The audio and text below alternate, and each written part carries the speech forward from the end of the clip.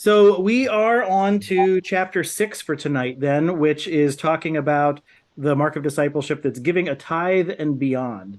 And so this one, I think, gets a little bit more challenging than some too, because I don't know about you. I was raised in a household where you really didn't talk about money, right? It just was not even in church, right? And my dad served on church council. I don't know how many times when I was growing up. My mom was the church treasurer for the better portion of probably a decade or more, right? So I can remember sitting in that Sunday school classroom, um, putting all the bills the same direction so that the adults could count them when it was little, and then I would count, and then the adults would double check my counting after a while.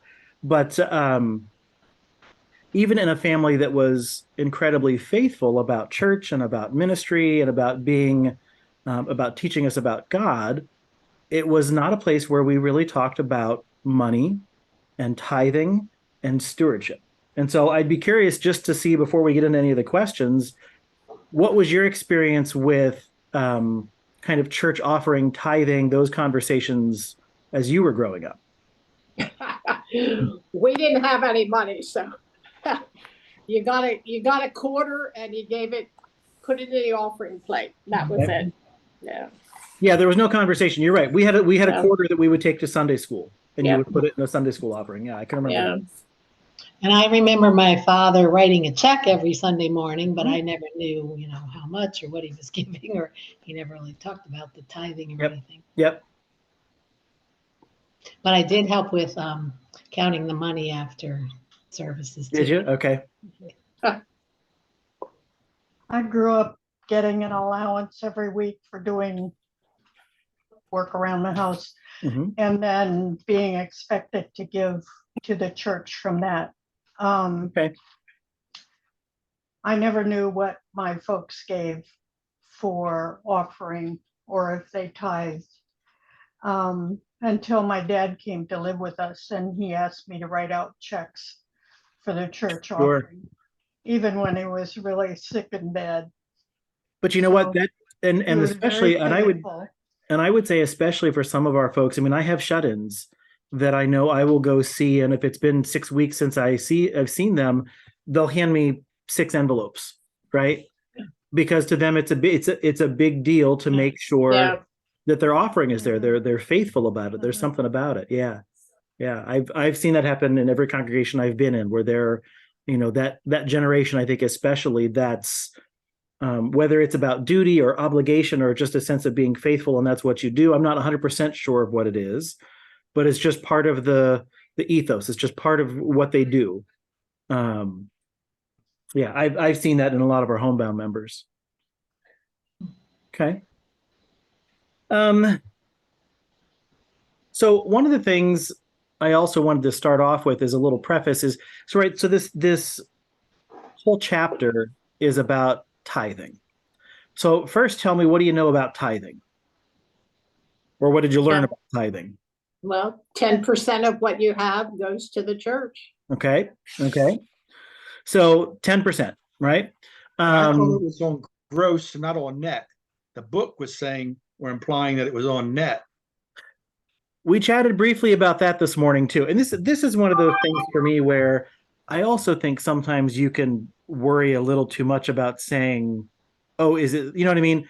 Is it this, or is it $10 more, $15 less? That the goal when I think about stewardship, right, and when I think about tithing, I end up thinking about stewardship because it's really a matter of it's part of stewardship, I should say.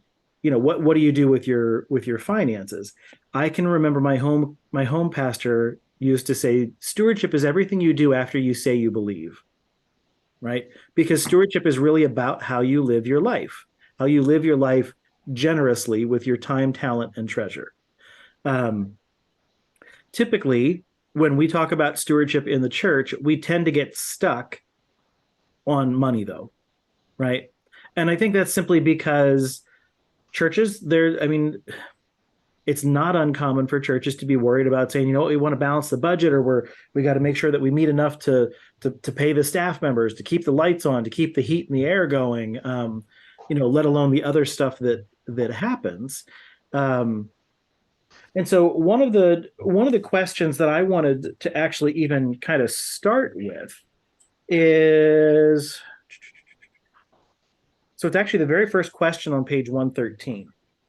And it says, do you agree with the idea that the present weakness of the church is in part due to the lack of consistent generosity in its members? Why or why not?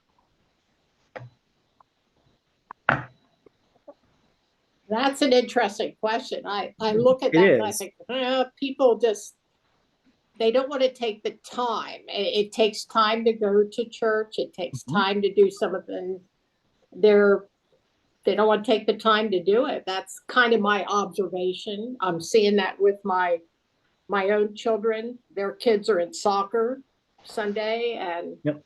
Yep. it's tough.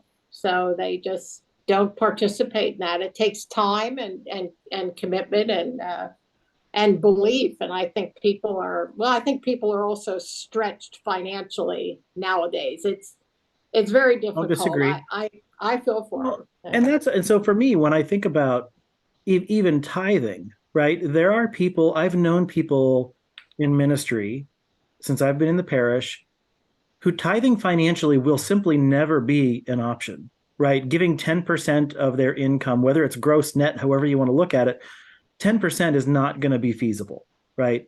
Whether it's because of, stuff going on with kids or accumulated debt that they're working on paying down, right? Those kinds of things. And so I I tend to think more about what people might describe as sacrificial giving instead of tithing, right? Tithing is not a bad place to start or a goal, but sacrificial giving is more the mindset of saying you give of what you have and you give as a matter of priority and a matter of faith and all of that kind of stuff, and you give until you, I mean, my home pastor used to kind of call that as you give it until you notice, right? Or you give until you feel it a little bit. Somebody this morning said you give until it hurts. And I'm like, well, that might be a little, might be a little extreme, right? It doesn't, I think giving to the church and giving back to God doesn't have to hurt or cause you to really, really stress about where you're going to find the money to pay this bill or that bill. But I do think it's okay for what you give back to the church or even give back to the other thing that's really changed over the course of the last 20 years, 25 years, maybe, right? The church was your primary place that people gave 25 years ago, maybe even a little more than that. But, the church was the main place that then kind of worked with other organizations and other groups. And now, I mean, goodness gracious, you know this. You get your mail on almost any given weekday, and you've got four different organizations asking for money, right? And not that they're bad organizations. There's just so many more than there used to be, um, in search of support and things like that. And so that becomes that becomes a challenge. But I back to that original question then, right? Do you agree with the idea that the present weakness of the church is in part due to the lack of consistent generosity? What this is saying is one of the reasons the church is weak right now is because people aren't as generous as they used to be. And I don't know I if I didn't see that. necessarily agree with that because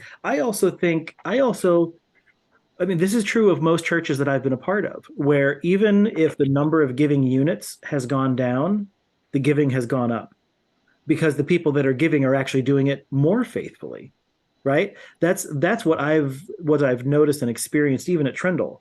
Even if the number of people that are giving has slightly gone down, the givers are more faithful and they're the ones that keep things afloat.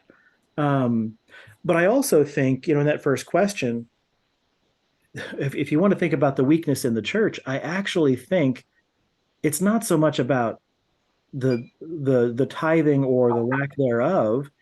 If people aren't thinking about how they give to the church and they aren't thinking about, what they're giving to the church, whether it's time, talent, or treasure, then the thing that we're failing to do as a congregation is make the connection between the the self-sacrifice of Jesus, right? Dying on the cross for our sake.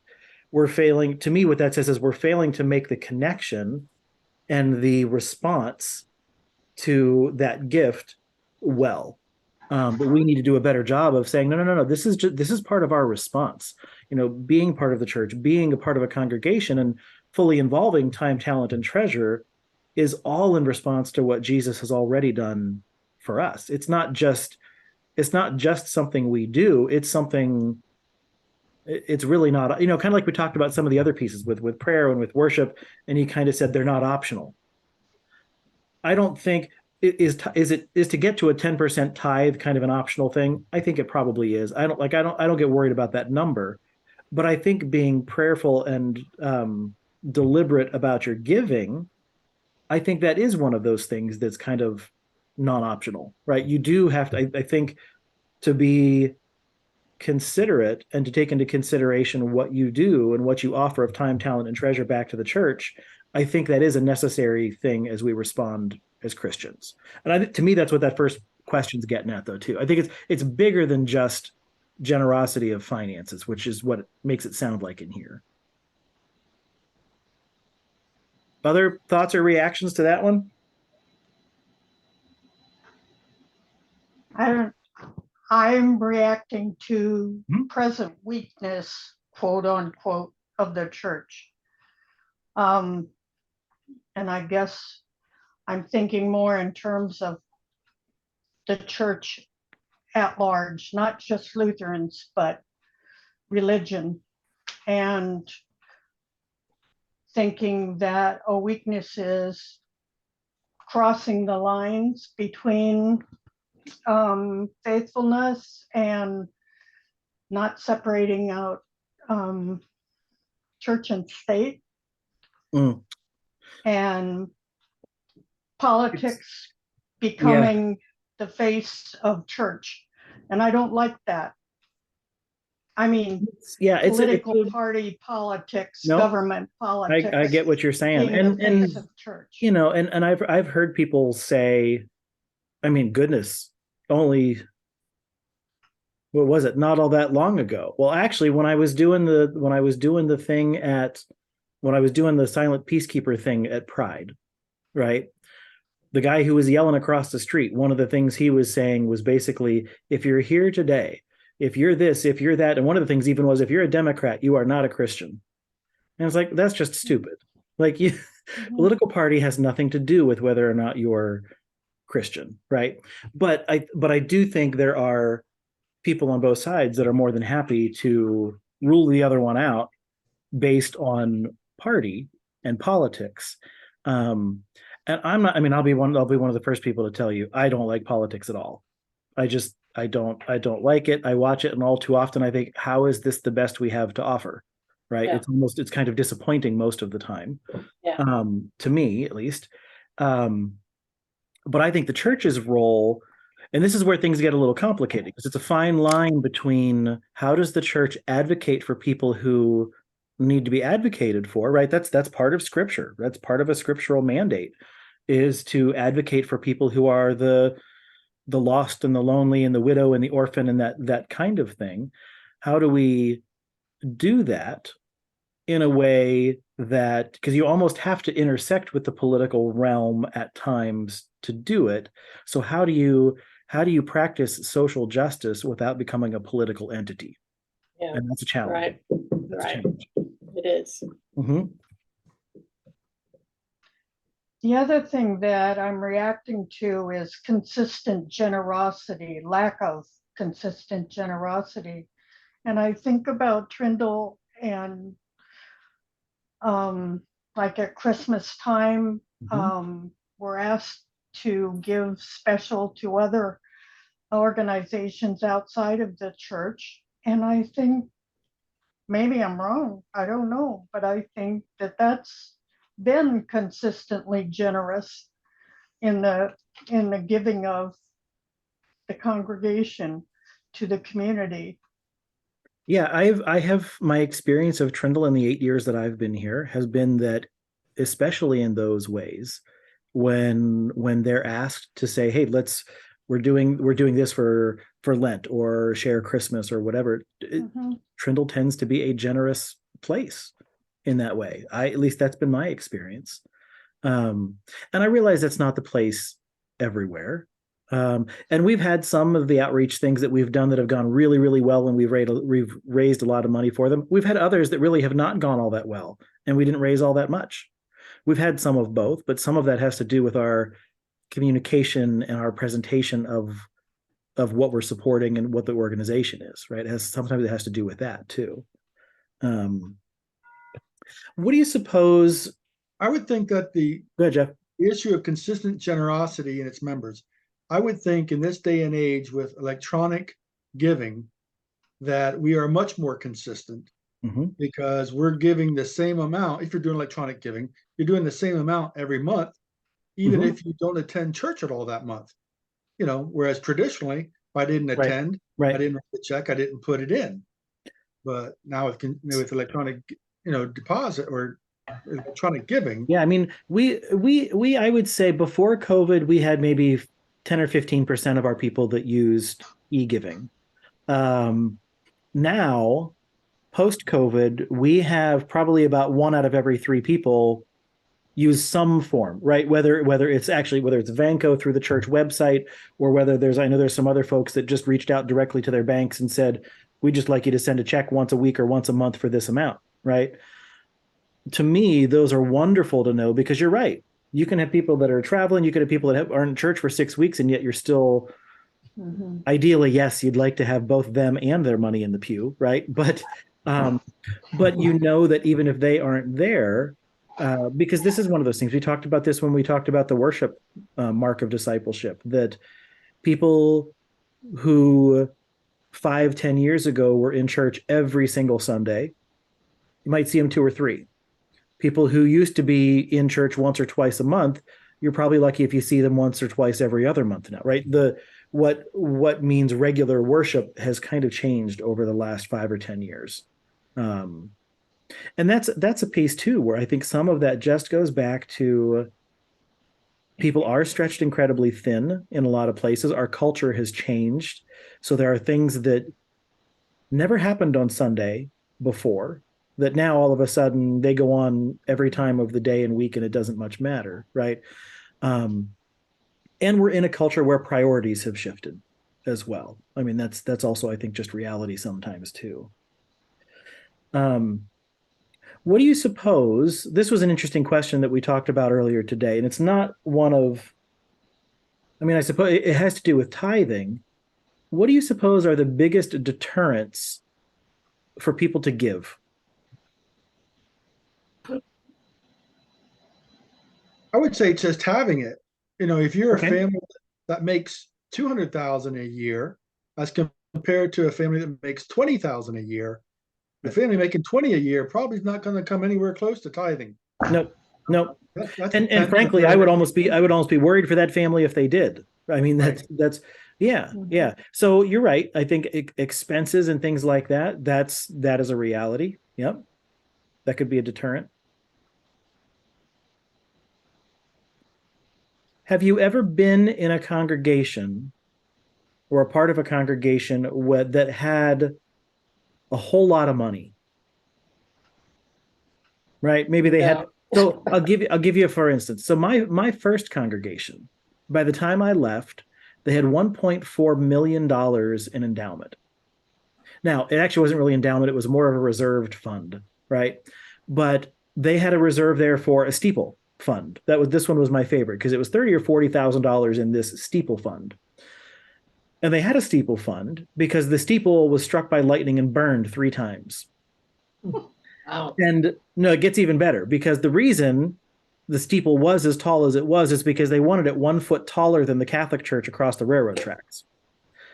But it got struck by lightning 3 times and burned, and eventually it went from this high spire to this, they just capped it off.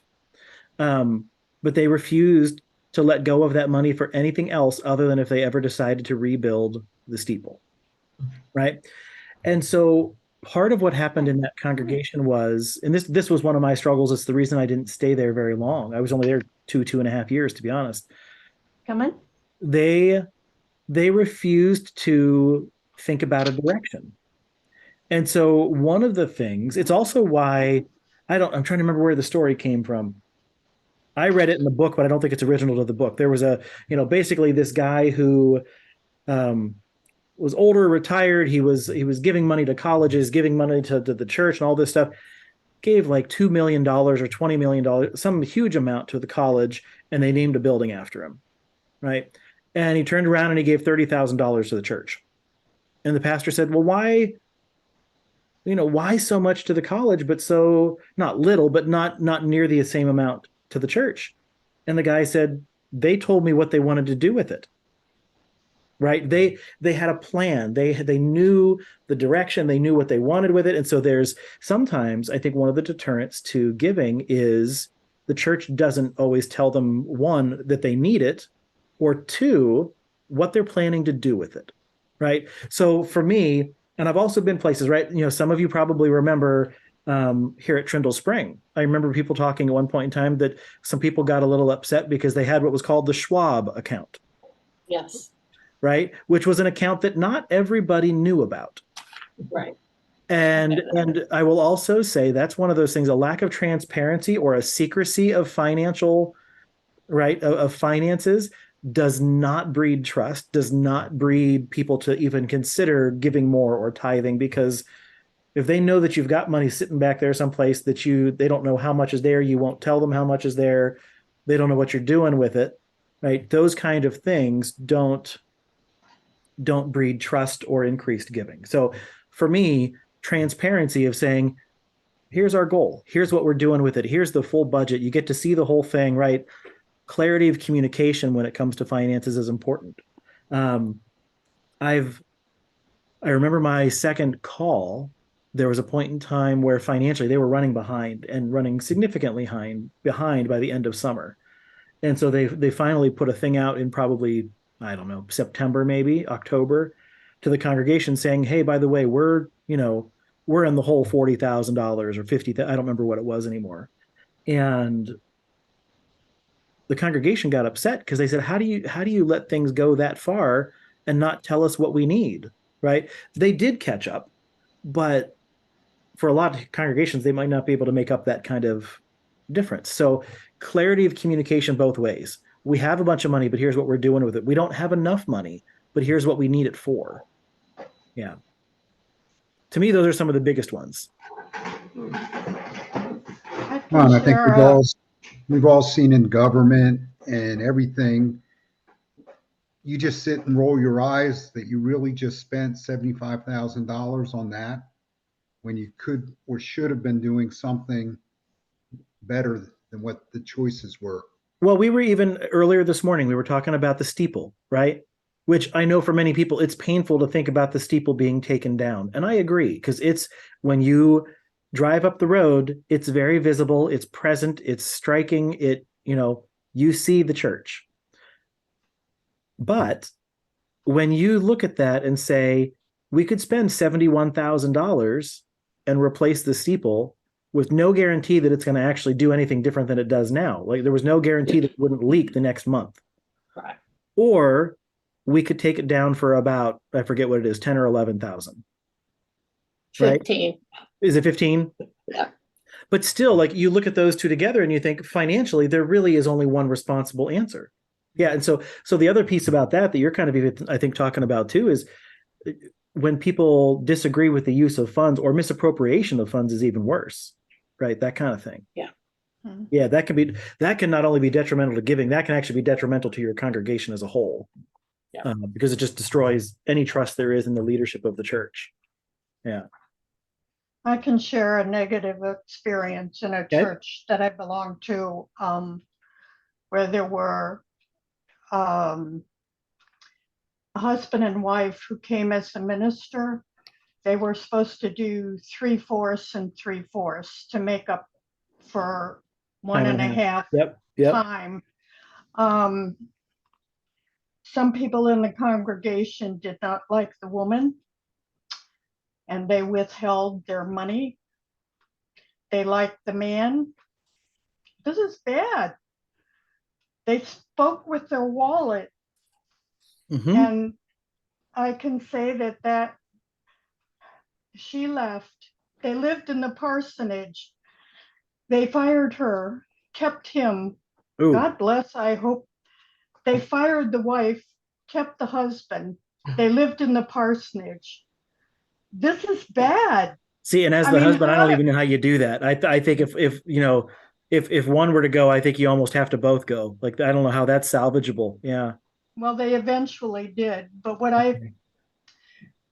the message that was sent to the congregation is, we are not making our budget. Oh. But the truth was that half the congregation was not giving, they were withholding because they didn't like the female minister. I can tell you that that happened like over 30 years ago in my life. And today that church is no longer there. Okay. Okay. Well, and so there are just, I mean, when it comes to finances, right? And this is, I firmly believe this to be true. If your finances aren't healthy, I think it's almost a sure bet that there's more issues than just your finances. Yeah. Right. Yeah. Most of the time, if your finances are an issue, it also means, right, attendance is an issue, participation is an issue, the health of the congregation is probably an issue, right? Yeah. And that's not 100% across the board, but I think in general, that's probably true. You know, the same kind of thing that they're talking about here, the notion of if it's somewhere, it might be further back in where they say, I'd have to find that one now. It talks about if you have a financial issue, of a tithing issue, it's actually probably a spiritual issue. Right. And I think that's probably true. If your congregation really is struggling financially, many of those things are symptomatic of something else that's going on or not happening in the congregation. Yeah. And sometimes what that means is, or people will say, well, people are leaving and that's why. Well, okay, but then you have to take a look at, why are people leaving? Right? Is it because there's something going on in the congregation that's not healthy or not faithful or whatever, that are causing that to happen? Yeah. Okay.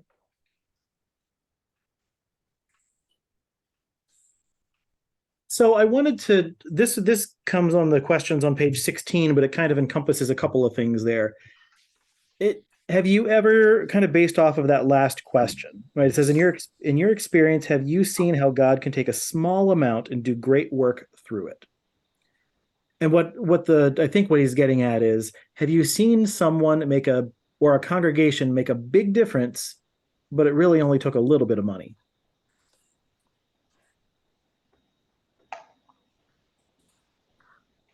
So the for instance that I ended up using this morning is the congregation that I came from.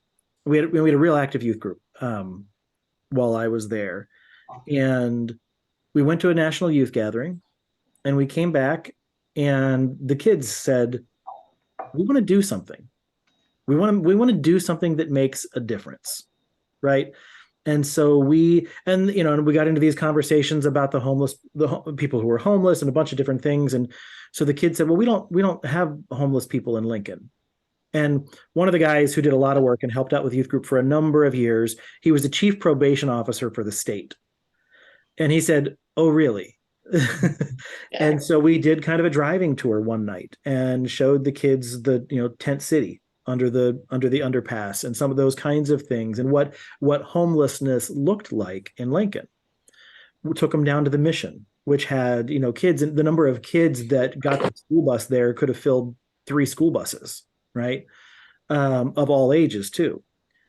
And so our kids, as we got to talking about things, we toured the Mission. We had worked and done some things down there. They showed us their youth building. Their youth building was huge, but it was an old warehouse that was actually like a truck mechanic shop. So filled with tools, just not even tools, nothing worth anything, filled with a bunch of old junk. Most of it dangerous. The kids shouldn't have been playing anywhere around it, and they just would have it roped off with a little caution tape or something. The kids raised money. The kids wrote letters, asked for donations from Lowe's and Home Depot and a bunch of construction places, asked for help from the congregation. Next thing you know, now for them, this was a big deal. They probably raised about $10,000 toward this project. In reality, the materials alone probably cost 30. because they took this building that was bigger than our fellowship hall, quite a bit bigger than our fellowship hall, and put up new walls throughout, put new floor, power washed, got rid of junk. I mean, just cleaned things out to no end, and made a huge difference for the mission down there because the kids actually had a place for their youth program to meet and to do things for their after school program that didn't actually have space in the main building. Now they had a space for all of that to go.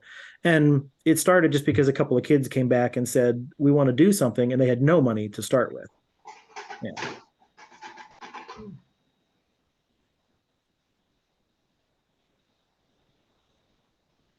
Let's see. Other thoughts? Anything as you were reading through the chapters or through this chapter, through the sections that you questioned, disliked, or really did like? I was wondering, how Yeah. could a pastor get through seminary and it never talk about tithing? Yeah. Your wife asked the same question. She's like, I was really surprised by that. To which I said, yeah, I'm not. The funny thing is, Martha said, she said, no, I was surprised by that too. So one of the things I think we've discovered is in seminary education, things come in waves. So when I was there, even I did not have the best preaching professor. I had people that taught preaching well, but they were not the preaching professor, right? And so sometimes there are waves where seminary education things center so much on the theology behind things and the Bible study, but they don't focus so much on the practical nature of how you actually do it. While I was there, for the most part, that was true. Most of it was about the theology. Most of it was about Bible, but very little about nuts and bolts of parish administration. My stewardship class, on the other hand, and I think it's dated anyway, but most of what they did is we talked a little bit about a theology of stewardship, but then pretty much immediately went straight to things like, now we're going to look at a number of different stewardship programs and what they do and how they work. And most of them were like I don't know if any of you, I remember growing up and having like the box that was the train or the saddlebags that were like the Pony Express, and they went from house to house as they were doing a pledge campaign. And we spent almost all semester talking about that kind of stuff instead of actually talking about what it looks like to teach the biblical notion of tithing. And the other thing for me that I actually find just as important, if not even more important, when you get to talking about giving is the notion of first fruits, right? I mean, do you know the biblical notion of first fruits? No. No. So, especially Old Testament, one of the things was, right, farmers, whether it was livestock, whether it was crops, that part really didn't matter so much. But now I've heard too, because Martha she knew something different. So this one I'm going to have to look into. I had always been taught that first fruits were a matter of saying this is the first that happens, like the first crops that we take in, the first of the calves that are born or whatever, and you give those back to God, right? And so it's not always a matter of it being the best of the season, but first and foremost, before you eat anything, before you sell it, before you do anything else with it, you give thanks and you give it back to God as an offering. Now, and I think the idea is similar. What Pastor Martha somewhere along the line was taught then too is she said agriculturally, she said when she used to make a lot of applesauce. She said, you could go to the orchard, you could get your first fruits, or you could get the seconds. And the seconds always had a couple of bruises, a little scars on them, those kind of things. The first fruits were the ones that were they were the best. And so it was the notion of if you're giving first fruits, it's about giving the best back to God. Either way, for me, I'm not sure it matters too much because I think the main point is still the same. The point is making God a priority, whether it's giving the best or the first, it's making sure that as a way of thanking God for what we have, we give back to God and make that a priority in our lives. But I've always liked that notion of first fruits and giving back to God as well. I remember my dad, once a month, when he would fill out his bills, the first checks that he wrote were to the church. And he had the 4 envelopes up there on his dresser, all filled out to take to church every Sunday. Yeah. And so to me, that's an interesting concept, because I think that the notion of first fruits, sometimes it is just the physical thing of saying the first check I write, the first, right, that's where it goes. I mean, I think the same kind of thing is true even with the intentionality of direct deposit or however that goes. It's ensuring that that happens, whether I remember it or not. I know it's going to happen. I think all too often, and this isn't, again, overgeneralization, but I think culturally we've moved a little bit more to a point where if you aren't intentional about doing e-giving or really intentional about your giving, it's really easy for giving to become, this is what I have left at the end of the week, or this is what I have left at the end of the month, right? And it becomes the leftovers instead of the first fruits. And I think that's, to me, I think that's just an interesting distinction or way of looking at that, is the amount, and maybe the amount doesn't change, but it's a matter of saying it's a priority for me. So it's one of those things I'm going to do first, even if I know the amount. The notion of priority makes a difference. I know Yeah, Brian. Pastor Lorenz was not a fan of e-giving because he said you're not connected with that giving. It's just coming out of your account and you are not connected with it, and it's not your first fruit. It's just coming out. It's just happening. And you're not really, you start forgetting that it's happening, and you don't have that tithing connection. He was not a fan of e-giving. I mean, I understand the notion of it would be easy to forget about it, right? Or could be. I guess there's a part of me that also just sees it takes a certain amount of intentionality to say, I'm going to do this and make this a priority, like setting the e-giving. I need to make sure that the church gets my giving whether I'm there or not. Like I guess I see that a little differently than he does, Brian. Yeah. Which is also okay, right? When it comes to finances, when it comes to church, when it comes to tithing and stewardship, people see things differently, right? Several years ago now, I was doing a senior pastor training that was fantastic. But I remember the guy that came to talk about stewardship and teach about stewardship a little bit. And one of his big thrusts the whole time was every pastor should know exactly how much every single member of the congregation gives to the congregation. I was like, really? Because that's not what that's not what I was taught, and I don't really like that. There's too many temptations there, right? There's too many human nature things where, okay, yep, Carl and Becky, yeah, they give a little bit more than Brian does, so I'm going to cater to them, right?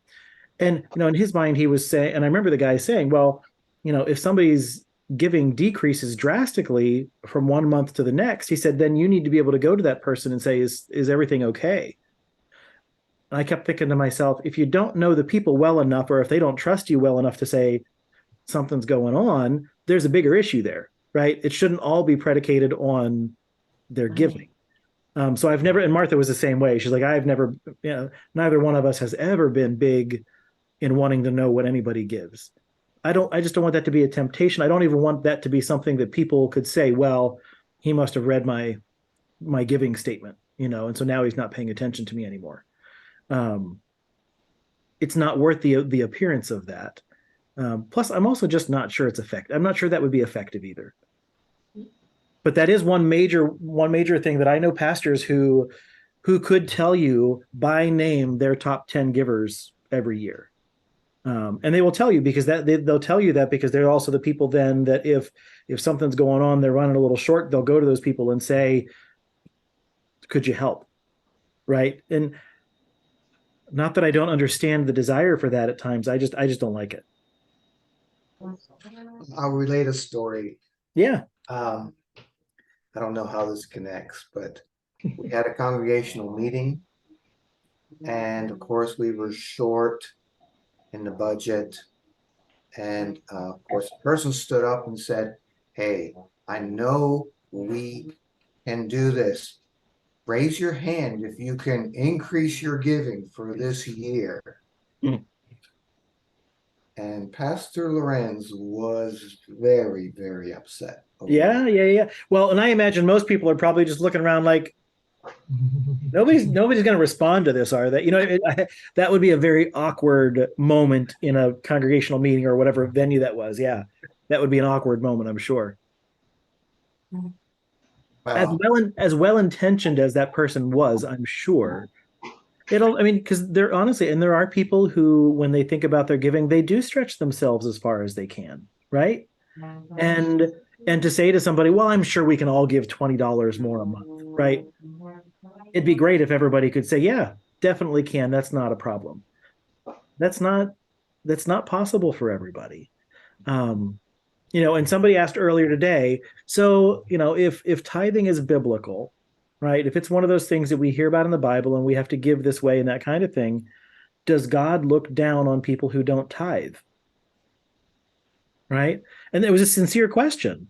And I said, "Oh my gosh, I don't think so." I mean, I just firmly believe that is not the way God works. Our God is a God of relationship and grace. And so I think God understands the pressures that we deal with, that some of us, tithing might be an easy thing. And so if tithing is an easy thing for somebody and they don't think about giving more, is that not a big deal? It's still for me why I like more of the notion of sacrificial giving more than tithing. What do you give that makes a difference? 10% from one person might not be much at all. They have more if they have more than enough to give away. 4% for somebody else could really be stretching it, depending. Yeah. So this is actually page 120. Right, a couple of different times it talks about giving without limits, right, as kind of that Christian gratitude, giving without limits. The second question, no, I'm sorry, it's the third question. How are faith and giving risky when practiced in the manner that Jesus describes or that Jesus modeled?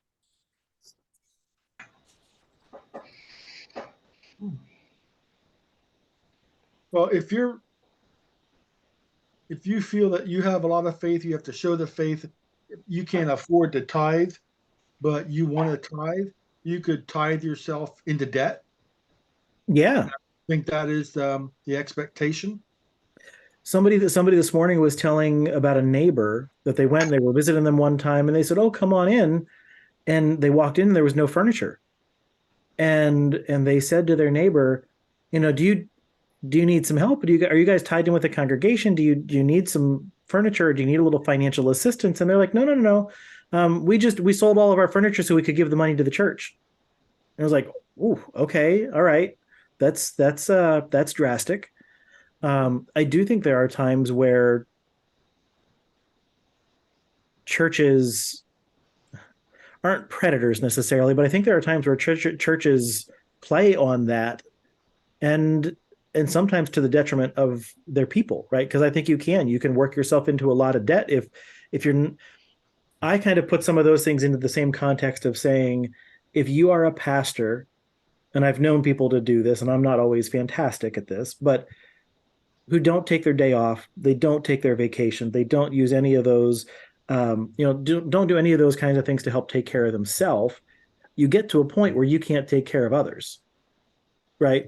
And I think the same thing is true with finances. You can't give everything away because eventually you're going to have nothing left to do with it. There's going to be nothing left to give. And so I think God wants us to be faithful in our stewardship, faithful in and even shrewd, right? We hear that word in scripture, to be shrewd in our dealing, in our finances and that kind of thing. It's just a matter of being smart with it.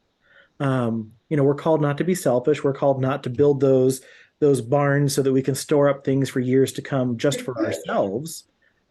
So we're not supposed to be selfish, but at the same time, we're not we're not called to simply, this is where I think we get into trouble, right? Because there is the notion that Jesus says, you've got to sell everything and then come follow me, right?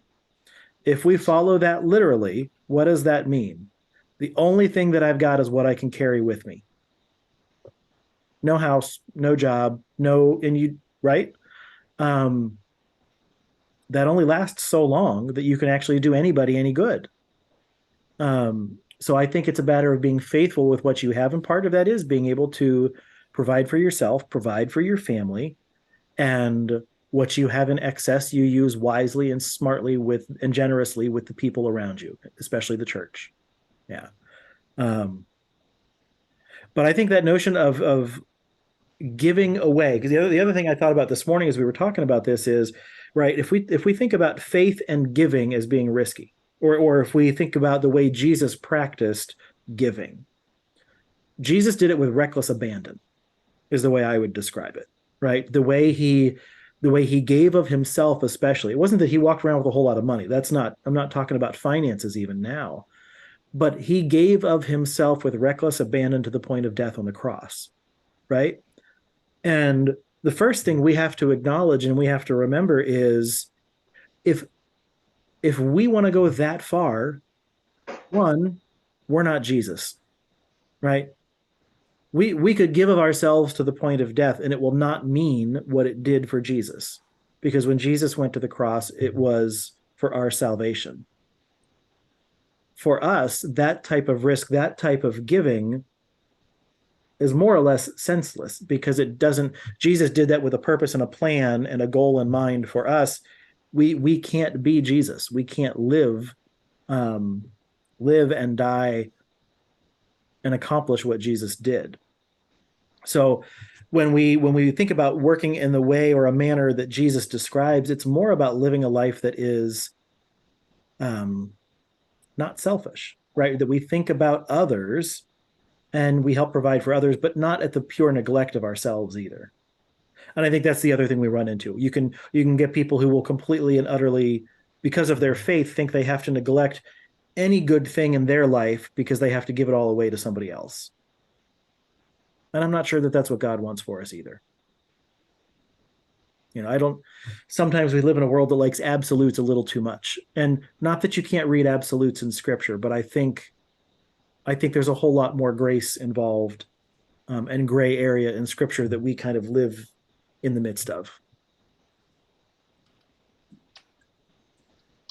When you're talking about risky, the first thing that comes to my mind is the Tammy Faye Baker syndrome, where they had people giving to them and they were living like millionaires. Oh, I mean, there are a couple of other of your televangelists even today that live incredibly well, right?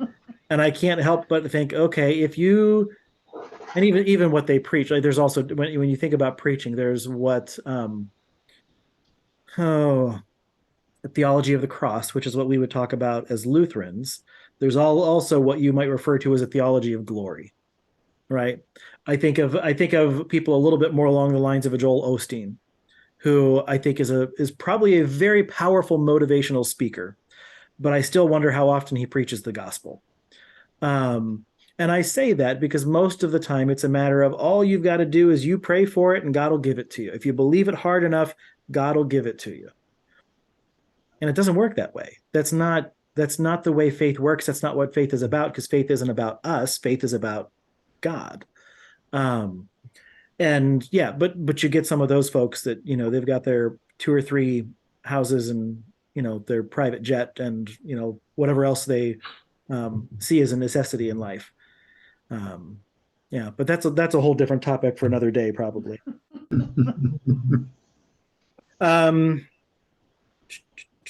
Let's see. So, I mean, and I don't know. I would have to see some studies. I might have to try to look this one up. The last question on page 120 says, "Do you think most Christians give out of what they have, or give from give from what they have or from their leftovers?" So, kind of the notion of, do people think about their giving as first fruits or mostly the leftovers? I don't know that I know an answer to this question, but And I don't think you can generalize. I wonder if it also depends. Some of it might be a little generational. That's sort of, I'm sort of like thinking all these things, but I taught U.S. history and economics in high school for 38 years. One of, I think, the biggest failures our schools have done is we haven't taught our kids how to handle money and budgets. And if they understood and they get paid twice a month or once a month, and they had learned how to invest and make money and budget and buy appropriately, there's money left over at the end, and then they would be able to give to the church and the charity. And it's not, well, I'm now in the hole again, and I've still got 2 weeks to go type of thing. Right. I honestly, I've heard in the legislatures now, they're going to talk about making it mandatory to have some type of consumer economics or economics for everyone. But I just think this whole generation, and I know my two kids don't make the bet. They don't listen to dad too much on good economic decisions. But I think that's could be a major problem with this generation and tithing and giving, and it comes to the end where they have nothing at the end of the month or year. I'm also hearing that there might be an opening on the finance committee, Carl, if you're interested. Yay! Just throw that out there. Yeah. Yeah. That was in week 2, correct? So, but yeah, I mean, I think again, you can't. I don't know if we can necessarily generalize everybody, because everybody has different circumstances and different moments. I also, and I said this morning too, I think there are also phases of life where thinking about tithing and sacrificial giving are also just simply easier to do, right? There are times in your life, I think, when you've got kids and you're paying for college and you're doing things like that, where trying to figure that out gets harder. Not that it's impossible. There are still plenty of people that do that, but I think there are moments when it's more challenging to think about tithing and sacrificial giving than there are at other moments and just times in your life. Yeah. Okay. Let's see.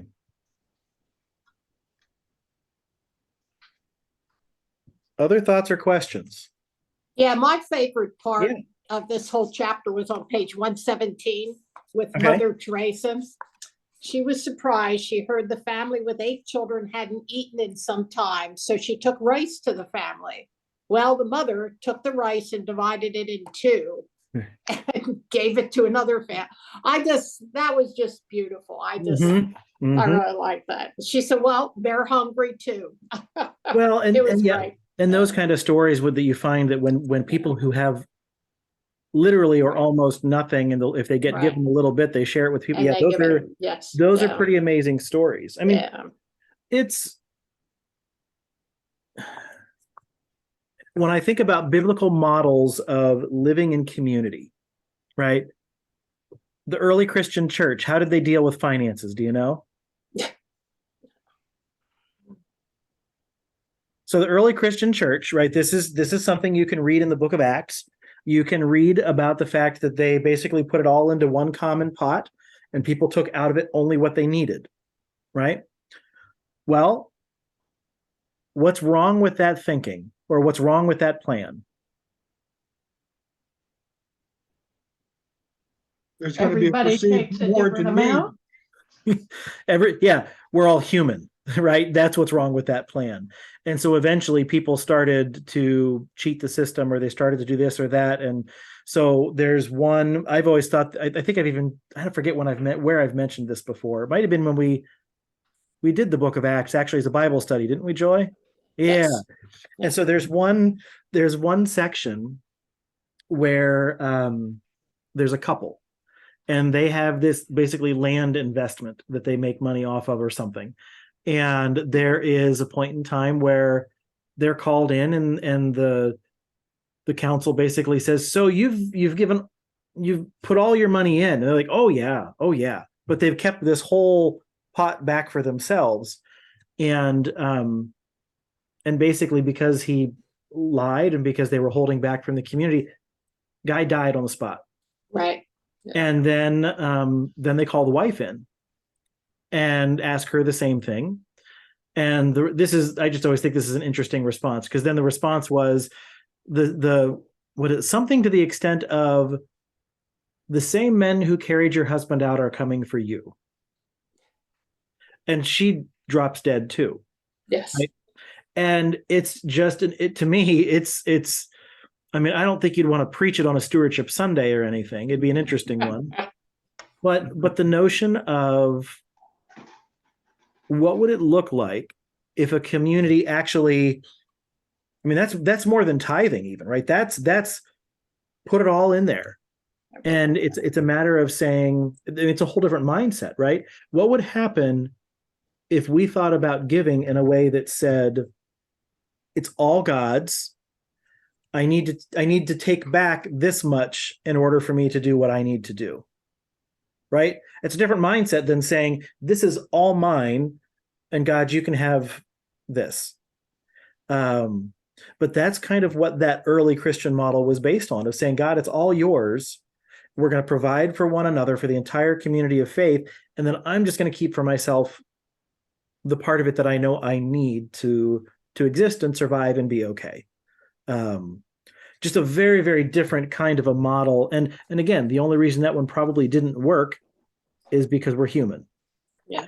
And eventually people start to say, well, I'm holding this back, or I need more, so I'm going to take this much, when it's more than what they needed. That's an imperfect system.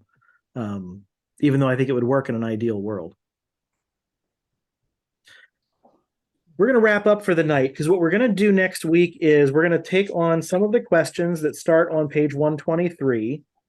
We'll talk about a couple of those, but then what I want to do is, if any of you have any questions just about discipleship in general, or about the marks of discipleship, or anything that you read in the book that we haven't necessarily discussed, either bring them with you next week. Feel free to email me with them so I have them ahead of time if you want. But we're just going to have a little more conversation to kind of a wrap up about discipleship and the marks of discipleship. So that's what we'll do next session, and that'll be our last one. But then we'll also hopefully start to think about what's going to happen next. We'll probably take a month or so off from the Wednesdays, and then we'll come back with something else, whether it's a book study or a book of the Bible, or I don't know. So think about what you might like to do as we move forward as well. Okay.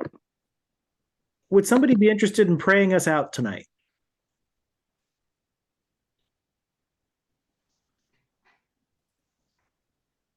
Brian, I stuck you with it before. I'll go ahead and do that. Okay? Thanks, Joy. Gracious God, we thank you for this time of fellowship together. Thanks for helping us to think a little bit about some of the more difficult subjects that we have to deal with. Please be with those that need your care, need your assistance, whether it's financial, spiritual. We have quite a few people that are struggling a little bit, so please be with them. Thank you for the time this evening, and thanks, Pastor, for setting this up. I appreciate that. In your name we pray. Amen. Amen. Thank you, everybody. Have a good evening.